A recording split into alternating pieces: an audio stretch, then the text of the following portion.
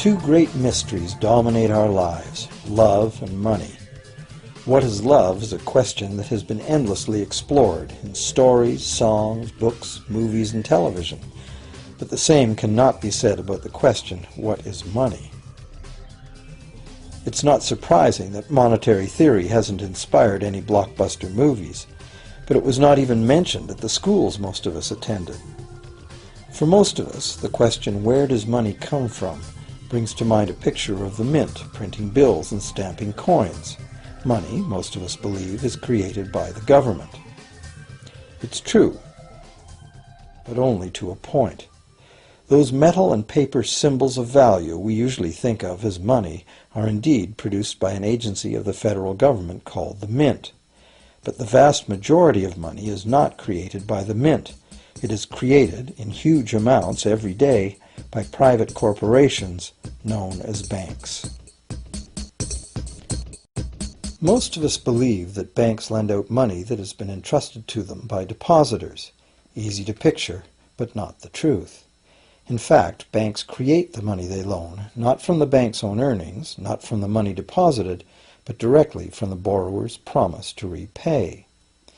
The borrower's signature on the loan papers is an obligation to pay the bank the amount of the loan plus interest, or lose the house, the car, whatever asset was pledged as collateral.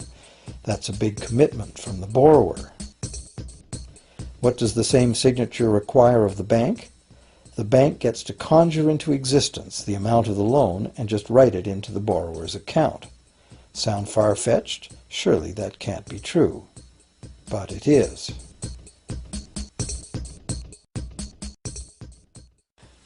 To demonstrate how this miracle of modern banking came about, consider this simple story, the goldsmith's tale.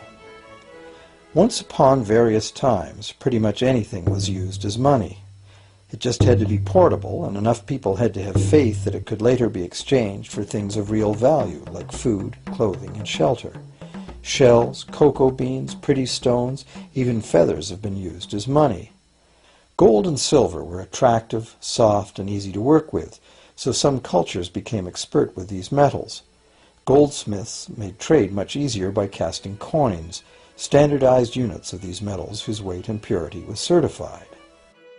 Well, to protect his gold, the goldsmith needed a vault, and soon his fellow townsmen were knocking on his door, wanting to rent space to safeguard their own coins and valuables. Before long, the goldsmith was renting every shelf in the vault and earning a small income from his vault rental business. Years went by, and the goldsmith made an astute observation. Depositors rarely came in to remove their actual physical gold, and they never all came in at once. That was because the claim checks the goldsmith had written as receipts for the gold were being traded in the marketplace as if they were the gold itself. This paper money was far more convenient than heavy coins, and amounts could simply be written instead of laboriously counted one by one for each transaction. Meanwhile, the goldsmith had another business. He lent out his gold, charging interest. Well, as convenient claim check money came into acceptance, borrowers began asking for their loans in the form of these claim checks instead of the actual metal. As industry expanded, more and more people asked the goldsmith for loans. This gave the goldsmith an even better idea. He knew that very few of his depositors ever removed their actual gold, so the goldsmith figured he could easily get away with lending out claim checks against his depositors' gold, in addition to his own. As long as the loans were repaid, his depositors would be none the wiser and no worse off, and the goldsmith, now more banker than artisan, would make a far greater profit than he could by lending only his own gold. For years, the goldsmith secretly enjoyed a good income from the interest earned on everybody else's deposits. Now a prominent lender, he grew steadily richer than his fellow townsmen, and he flaunted it. Suspicions grew that he was spending his depositors' money. His depositors got together and threatened withdrawal of their gold if the goldsmith didn't come clean about his newfound wealth. Contrary to what one might expect, this did not turn out to be a disaster for the goldsmith. Despite the duplicity inherent in his scheme, his idea did work. The depositors had not lost anything. Their gold was all safe in the goldsmith's vault. Well, rather than taking back their gold, the depositors demanded that the goldsmith, now their banker, cut them in by paying them a share of the interest. And that was the beginning of banking. The banker paid a low interest rate on deposits of other people's money that he then loaned out at a higher interest. The difference covered the bank's cost of operation and its profit. The logic of this system was simple, and it seemed like a reasonable way to satisfy the demand for credit. However, this is not the way banking works today. Our goldsmith banker was not content with the income remaining after sharing the interest earnings with his depositors, and the demand for credit was growing fast as Europeans spread out across the world. But his loans were limited by the amount of gold his depositors had in his vault. That's when he got an even bolder idea. Since no one but himself knew what was actually in his vaults, he could lend out claim checks on gold that wasn't even there. As long as all the claim check holders didn't come to the vault at the same time and demand real gold, how would anyone find out? This new scheme worked very well, and the banker became enormously wealthy on the interest paid on gold that did not exist. The idea that the banker would just create money out of nothing was too outrageous to believe, so for a long time the thought did not occur to people. But the power to just invent money went to the banker's head, as you can well imagine. In time, the magnitude of the banker's loans and his ostentatious wealth did trigger suspicions once again. Some borrowers started to demand real gold instead of paper representations. Rumors spread. Suddenly, several wealthy depositors showed up to remove their gold. The game was up. A sea of claim check holders flooded the street outside the closed doors of the bank. Alas, the banker did not have enough gold and silver to redeem all the paper he had put into their hands. This is called a run on the bank, and it is what every banker dreads. This phenomenon of a run on the bank ruined individual banks and, not surprisingly, damaged public confidence in all bankers. It would have been straightforward to outlaw the practice of creating money from nothing. But the large volumes of credit the bankers were offering had become essential to the success of European commercial expansion, so instead the practice was legalized and regulated. Bankers agreed to abide by limits on the amount of fictional loan money that could be lent out. The limit would still be a number much larger than the actual value of gold and silver in the vault. Quite often the ratio was 9 fictional dollars to 1 actual dollar. Regulated. Bankers agreed to abide by limits on the amount of fictional loan money that could be lent out. The limit would still be a number much larger than the actual value of gold and silver in the vault. Quite often the ratio was 9 fictional dollars to 1 actual dollar in gold. These regulations were enforced by surprise inspections. It was also arranged that, in the event of a run, central banks would support local banks with emergency infusions of gold. Only if there were runs on a lot of banks simultaneously would the banker's credit bubble burst and the system come crashing down.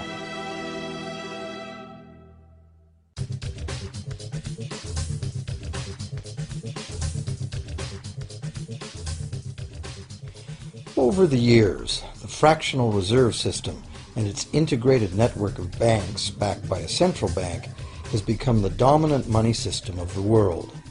At the same time, the fraction of gold backing the debt money has steadily shrunk to nothing. The basic nature of money has changed. In the past, a paper dollar was actually a receipt that could be redeemed for a fixed weight of gold or silver. In the present, a paper or digital dollar can only be redeemed for another paper or digital dollar. In the past, privately created bank credit existed only in the form of private banknotes, which people had the choice to refuse, just as we have the choice to refuse someone's private check today. In the present, privately created bank credit is legally convertible to government-issued fiat currency, the dollars, loonies, and pounds we habitually think of as money. Fiat currency is money created by government fiat or decree, and legal tender laws declare that citizens must accept this fiat money as payment for debt, or else the courts will not enforce the obligation. So now the question is If governments and banks can both just create money, then how much money exists? In the past, the total amount of money in existence was limited to the actual physical quantities of whatever commodity was in use as money. For example, in order for new gold or silver money to be created, more gold or silver had to be found and dug out of the ground. In the present, money is literally created as debt. New money is created whenever anyone takes a loan from the bank. As a result, the total amount of money that can be created has only one real limit: the total level of debt.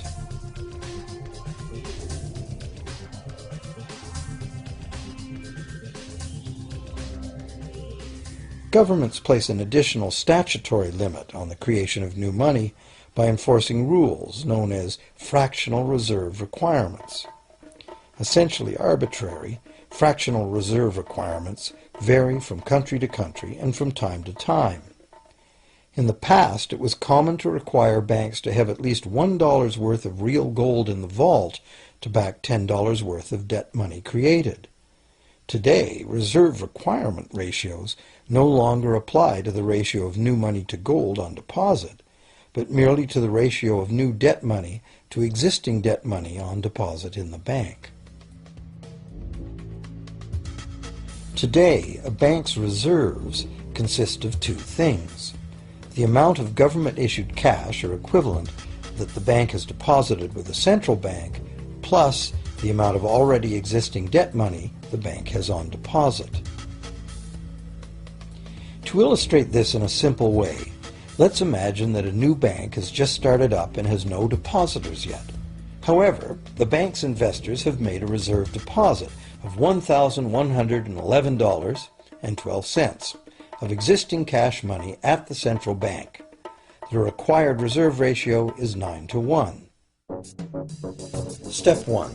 The door is open and the new bank welcomes its first loan customer. He needs $10,000 to buy a car.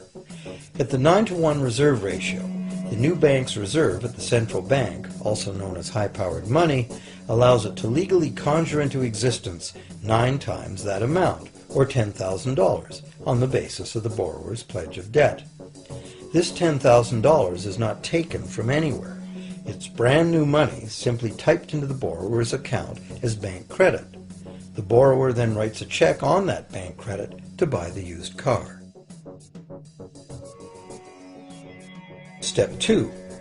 The seller then deposits this newly created $10,000 at her bank. Unlike the high-powered government money deposited at the central bank, this newly created credit money cannot be multiplied by the reserve ratio. Instead, it's divided by the reserve ratio. At a ratio of 9-to-1, a new loan of $9,000 can be created on the basis of the $10,000 deposit. Step 3. If that $9,000 is then deposited by a third party at the same bank that created it or at a different one, it becomes the legal basis for a third issue of bank credit, this time for the amount of $8,100. Like one of those Russian dolls, where each layer contains a slightly smaller doll inside, each new deposit contains the potential for a slightly smaller loan in an infinitely decreasing series. Now, if the loan money created is not deposited at the bank, the process stops. That's the unpredictable part of the money creation mechanism. But more likely, at every step, the new money will be deposited at a bank, and the reserve ratio process can repeat itself over and over until almost $100,000 of brand new money has been created within the banking system. All of this new money has been created entirely from debt, and the whole process has been legally authorized by the initial reserve deposit of just $1,111.12, which is still sitting untouched at the central bank. What's more, under this ingenious system, the books of each bank in the chain must show that the bank has 10% more on deposit than it has out on loan.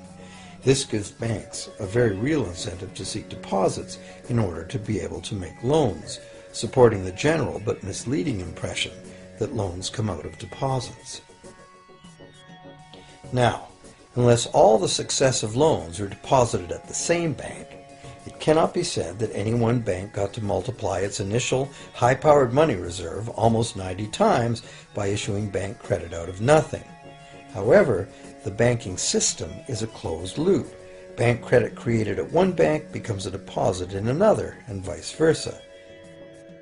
In a theoretical world of perfectly equal exchanges, the ultimate effect would be exactly the same as if the whole process took place within one bank.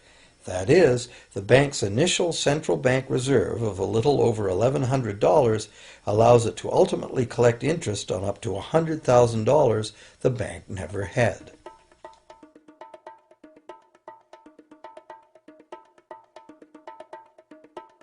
If that sounds ridiculous, try this. In recent decades, as a result of steady lobbying by the banks, the requirements to make a reserve deposit at the nation's central bank have all but disappeared in some countries, and actual reserve ratios can be much higher than 9-to-1. For some types of accounts, 20-to-1 and 30-to-1 ratios are common. And even more recently, by using loan fees to raise the required reserve from the borrower, banks have now found a way to circumvent reserve requirement limitations entirely. So, while the rules are complex, the common sense reality is actually quite simple. Banks can create as much money as we can borrow.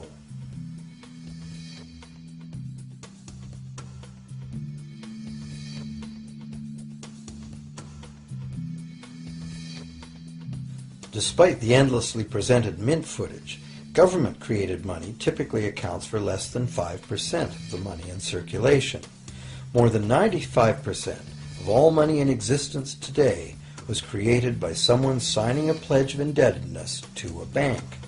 What's more, this bank credit money is being created and destroyed in huge amounts every day, as new loans are made and old ones repaid.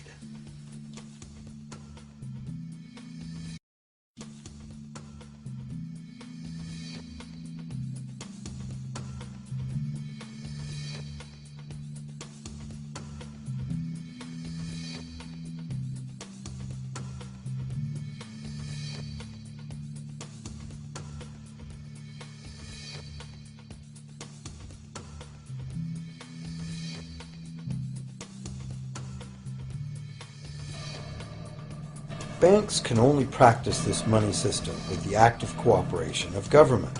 First, governments pass legal tender laws to make us use the national fiat currency. Secondly, governments allow private bank credit to be paid out in this government currency. Thirdly, government courts enforce debts. And lastly, governments pass regulations to protect the money system's functionality and credibility with the public, while doing nothing to inform the public about where money really comes from.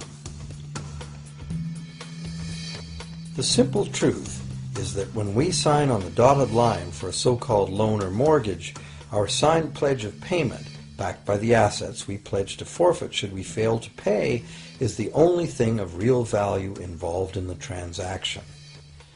To anyone who believes we will honor our pledge, that loan agreement or mortgage is now a portable, exchangeable, and saleable piece of paper. It's an IOU. It represents value and is therefore a form of money. This money the borrower exchanges for the bank's so-called loan.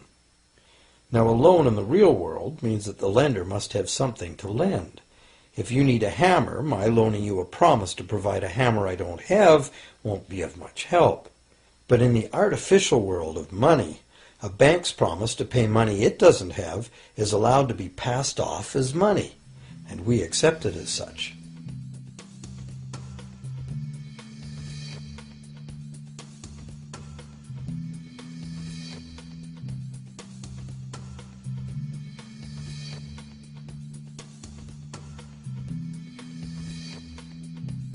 Once the borrower signs the pledge of debt, the bank then balances the transaction by creating, with a few keystrokes on a computer, a matching debt of the bank to the borrower.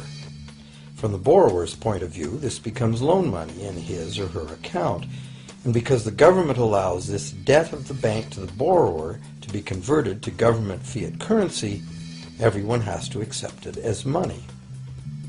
Again, the basic truth is very simple. Without the document the borrower signed, the banker would have nothing to lend. Have you ever wondered how everyone, governments, corporations, small businesses, families, can all be in debt at the same time and for such astronomical amounts? Have you ever questioned how there can be that much money out there to lend? Now you know. There isn't. Banks do not lend money. They simply create it from debt. And as debt is potentially unlimited, so is the supply of money. And as it turns out, the opposite situation is also true. Isn't it astounding that despite the incredible wealth of resources, innovation, and productivity that surrounds us, almost all of us, from governments to companies to individuals, are heavily in debt to bankers? If only people would stop and think, how can that be? How can it be that the people who actually produce all the real wealth in the world are in debt to those who merely lend out the money that represents the wealth? Even more amazing is that once we realize that money really is debt, we realize that if there was no debt, there'd be no money.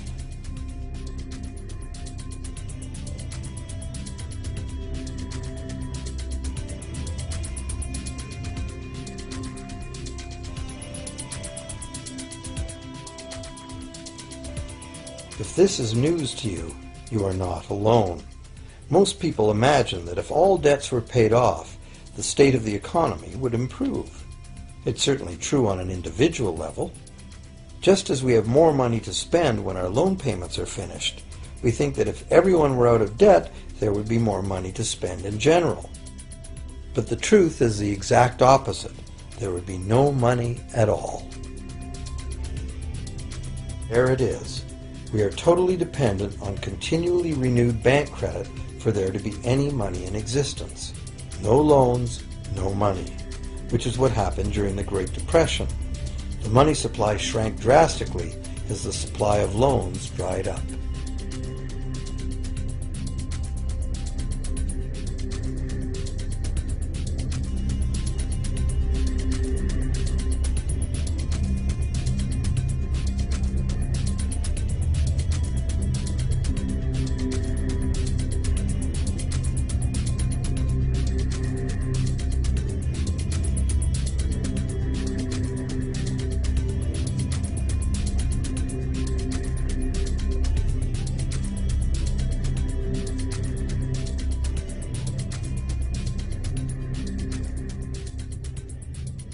And that's not all. Banks create only the amount of the principal. They don't create the money to pay the interest. Where is that supposed to come from? The only place borrowers can go to obtain the money to pay interest is the general economy's overall money supply.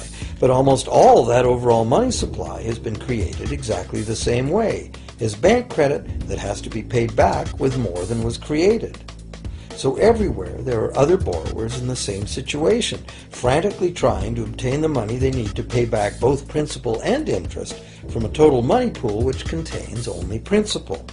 It is clearly impossible for everyone to pay back the principal plus interest because the interest money doesn't exist. This can even be expressed by a simple mathematical formula. The big problem here is that for long-term loans, such as mortgages and government debt, the total interest far exceeds the principal. So unless a lot of extra money is created to pay the interest, it means a very high proportion of foreclosures and a non-functioning economy. To maintain a functional society, the rate of foreclosure needs to be low.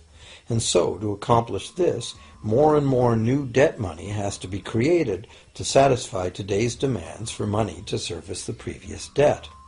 But of course, this just makes the total debt bigger, and that means more interest must ultimately be paid, resulting in an ever-escalating and inescapable spiral of mounting indebtedness.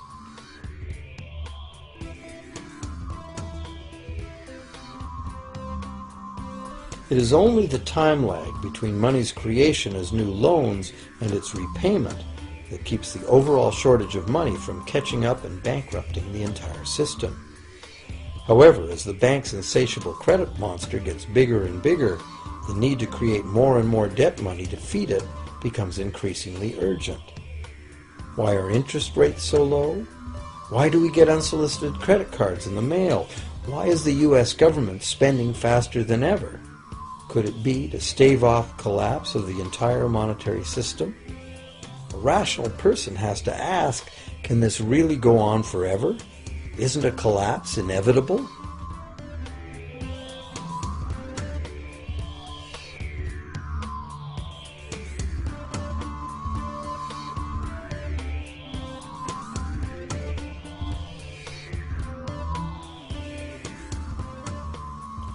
Money facilitates production and trade. As the money supply increases, money just becomes increasingly worthless unless the volume of production and trade in the real world grows by the same amount. Add to this the realization that when we hear that the economy is growing at 3% per year, it sounds like a constant rate, but it's not. This year's 3% represents more real goods and services than last year's 3% because it's 3% of the new total. Instead of a straight line, as is naturally visualized from the words, it is really an exponential curve getting steeper and steeper.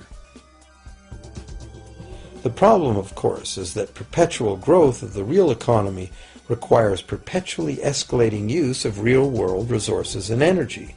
More and more stuff has to go from natural resource to garbage every year, forever, just to keep this system from collapsing.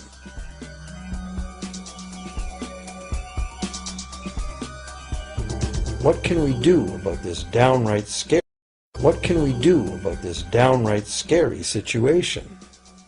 For one thing, we need a very different concept of money. It's time more people ask themselves and their governments 4 simple questions. Around the world, governments borrow money at interest from private banks. Government debt is a major component of total debt, and servicing that debt takes a big chunk of our taxes. Now we know that banks simply create the money they lend, and that governments have given them permission to do this. So the first question is, why do governments choose to borrow money from private banks at interest when government could create all the interest-free money it needs itself? And the second big question is, why create money as debt at all? Why not create money that circulates permanently and doesn't have to be perpetually re-borrowed at interest in order to exist? The third question, how can a money system that can only function with perpetually accelerating growth be used to build a sustainable economy? Isn't it logical that perpetually accelerating growth and sustainability are incompatible? And finally, what is it about our current system that makes it totally dependent on perpetual growth? What needs to be changed to allow the creation of a sustainable economy? At one time, charging any interest on a loan was called usury and was subject to severe penalties, including death. Every major religion forbade usury. Most of the arguments made against the practice were moral. It was held that money's only legitimate purpose was to facilitate the exchange of real goods and services. Any form of making money from simply having money was regarded as the act of a parasite or of a thief. However, as the credit needs of commerce increased, the moral arguments eventually gave way to the argument that lending involves risk and loss of opportunity to the lender, and therefore attempting to make a profit from lending is justified. Today, these notions seem quaint. Today, the idea of making money from money is held as an ideal to strive for. Why work when you can get your money to work for you? However, in trying to envision a sustainable future, it's very clear that the charging of interest is both a moral and a practical problem. Imagine a society and economy that can endure for centuries because, instead of plundering its capital stores of energy, it restricts itself to present-day income. No more wood is harvested than grows in the same period. All energy is renewable, solar, gravitational, geothermal, magnetic, and whatever else we discover. This society lives within the limits of its non-renewable resources by reusing and recycling everything, and the population just replaces itself. Such a society could never function using a money system utterly dependent on perpetually accelerating growth. A stable economy would need a money supply at least capable of remaining stable without collapsing.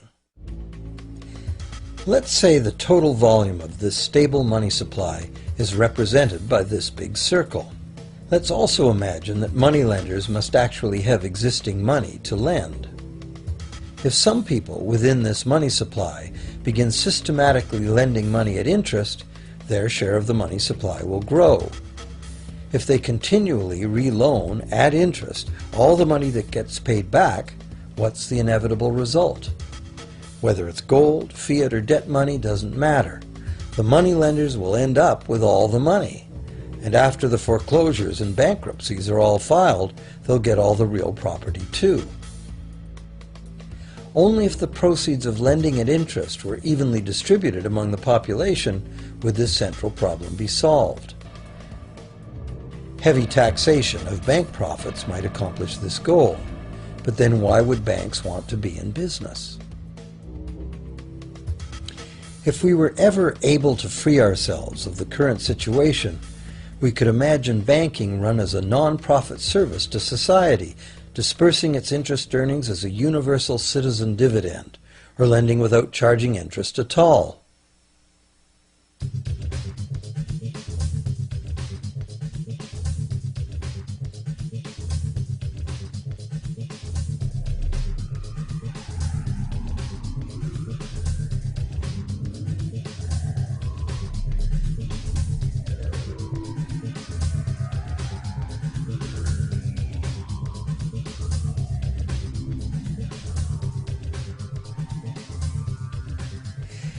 If it is the fundamental nature of the system that causes the problems, tinkering with the system cannot ever solve those problems. The system itself must be replaced. Many monetary critics call for a return to gold-based money, claiming that gold has a long history of reliability. They ignore the many scams that can be played with gold, shaving coins, debasing the metal, cornering the market, all of which were abundantly practiced in ancient Rome and contributed to its fall. Some advocate silver, it being more abundant than gold and therefore more difficult to corner. Many question the need to bring back precious metals at all. No one wants to go back to carrying heavy sacks of coins to go shopping. It's a certainty that paper, digital, plastic, or more likely biometric ID money would be the real medium of trade, with the same potential for creating unlimited debt money we have now. Beyond that, if gold again became the sole legal basis of money, those who have no gold would suddenly have no money. Other monetary reform advocates have concluded that greed and dishonesty are the main problems, and that there may be better ways to create an honest and equitable money system than returning to silver or gold. Inventive minds have proposed a variety of alternate ways to create money. Many private barter systems create money as debt, much as banks do, but it is done openly and without charging interest. An example is a barter system in which debt is expressed as pledges of hours of work, all work being valued equally at a dollar figure that then allows hours to be equated with the dollar price of goods. This kind of money system can be set up by anyone who can devise a way to do the accounting and find willing and trustworthy participants. Setting up a local barter money system, even if it were little used now, would be prudent emergency planning for any community. Monetary reform, like electoral reform, is a big topic, and one that requires a willingness to change and to think outside the box. Monetary reform, again, like electoral reform, will not come easily, because the enormously powerful interests that benefit from the existing system will do their utmost to maintain their advantage. Now that we've seen that money is just an idea, and that in reality money can be whatever we make it, Here's one very simple alternative monetary concept to consider. This model is based on systems that have worked in the past, in England and America, systems that were undermined and destroyed by the goldsmith bankers and their fractional reserve system.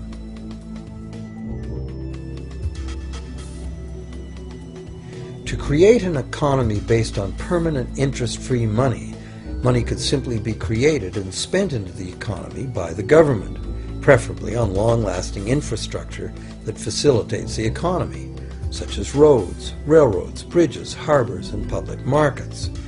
This money would not be created as debt, it would be created as value, that value being in the form of whatever it was spent on. If this new money facilitated a proportional increase in trade requiring its use, it would cause no inflation whatsoever. If government spending did cause inflation, there would be two courses of action available. Inflation is equivalent in effect to a flat tax on money. Whether the money goes down in value 20% or the government takes 20% of our money away from us, the effect on our buying power is the same. Viewed this way, inflation in place of taxation might be politically acceptable if well spent and kept within limits. Or government could choose to counter inflation by collecting tax monies that it then takes out of use, thus reducing the money supply and restoring its value. To control deflation, which is the phenomenon of falling wages and prices, the government would simply spend more money into existence value. To control deflation, which is the phenomenon of falling wages and prices, the government would simply spend more money into existence. With no competing private debt money creation, governments would have more effective control of their nation's money supply. The public would know whom to blame if things went wrong. Governments would rise and fall on their ability to preserve the value of money. Government would operate primarily on taxes, as it does now, but tax money would go much, much further, as none of it would be required to pay interest to private bankers. There could be no national debt if the federal government simply created the money it needed. Our perpetual collective servitude to the banks through interest payments on government debt would be impossible.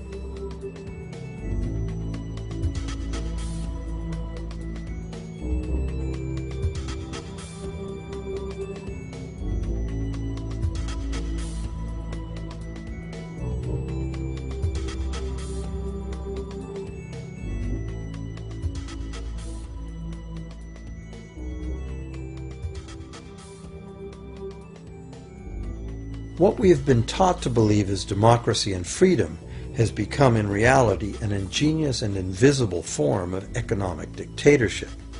As long as our entire society remains utterly dependent on bank credit for its supply of money, bankers will be in the position to make the decisions on who gets the money they need and who doesn't.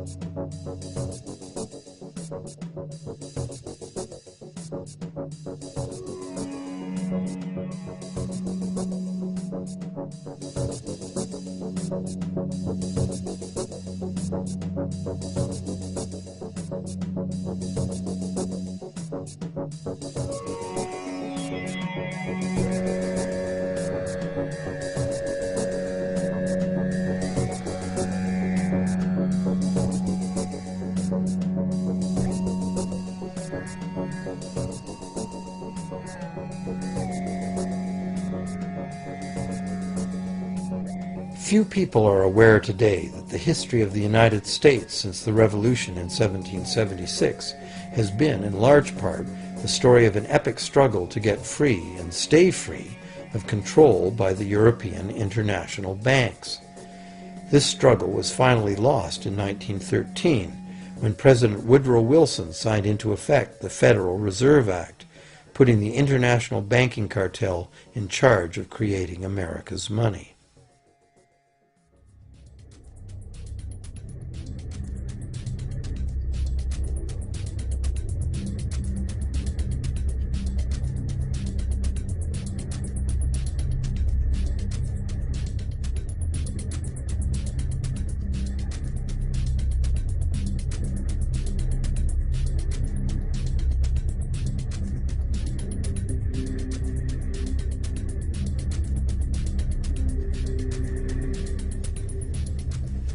The power of this system is deeply ingrained. So is the educational and media silence on the subject. Years ago, a Canadian Deputy Prime Minister surveyed scores of non-economists, both highly educated professionals and common-sense people on the street, and found that not one of them had an accurate understanding of how money is created. In fact, it's probably safe to say that most people, including the frontline employees of banks, have never given the matter a moment's thought. Have you?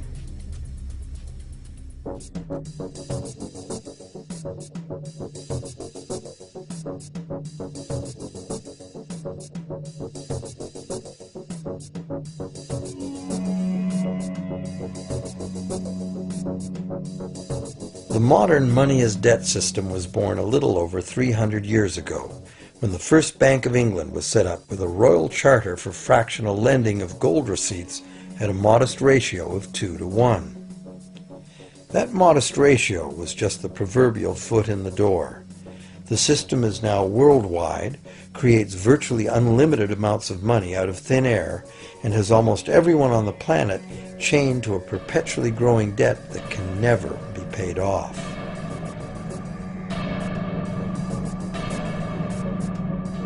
Could it have all happened by accident? Or is it a conspiracy? Obviously, something very big is at stake here.